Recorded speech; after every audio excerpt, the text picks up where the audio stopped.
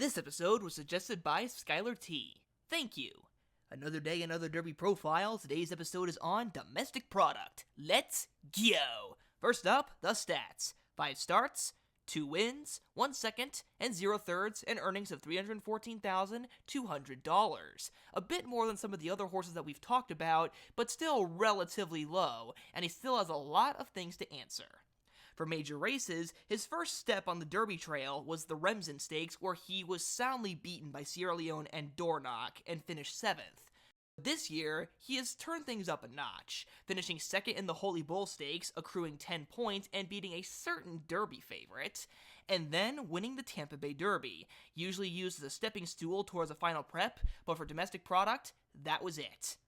For running style, this horse is quite unique. We've talked about stalkers quite a few times on this channel, but not like this. Domestic product always runs with a lot of pent-up energy, forcing his jockey to hold him back, almost in a chokehold. Clearly, he wants to run faster, but has to save up his energy throughout the race. Eventually, as the race progresses, the jockey lets the horse lower his head, and that's when the beast inside is released, as he shows off his true speed at his best. Sometimes he has nothing to show for it and just absolutely capitulates.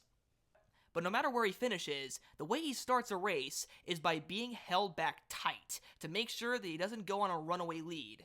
Although, that could be an interesting strategy, not just for the Kentucky Derby, but just for a race in this horse's future. What could it be like to just let the horse run and not hold him back? For strengths, he is the only horse currently in the Kentucky Derby field to have defeated Fierceness. Now, this more negatively reflects Fierceness than it positively reflects domestic product, but it still does not hurt to say that you're the only horse in the Kentucky Derby field who has finished ahead of one of the major Kentucky Derby favorites.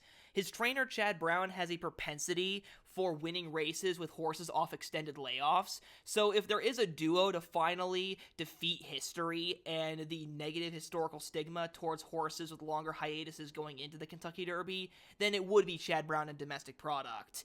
He also might be faster than he seems. Despite running races with incredibly slow fractions, the fact that he had to be held up so tightly suggests that there is a lot of speed underneath this horse. So that could reflect positively under a fast pace, but that is purely speculative. And lastly, his worst performances were either at one turn or under blinkers. In his debut at Saratoga, where he finished a very badly beaten 5th, that was at one turn and at a distance that he doesn't really like. And in the Remsen Stakes, where he finished 7th, he was wearing blinkers. When he was given time to mature and took off the blinkers, he has finished 2nd in the Holy Bull, defeating Fierceness, and then won the Tampa Bay Derby, some of his best showings during his entire career. But there still are definitely flaws within this horse. Long layoffs are just historically not very good going into the Kentucky Derby, and this also coincides with the Tampa Bay Derby itself. Only one Kentucky Derby winner has won the Tampa Bay Derby and then the Kentucky Derby, and that was Street Sense.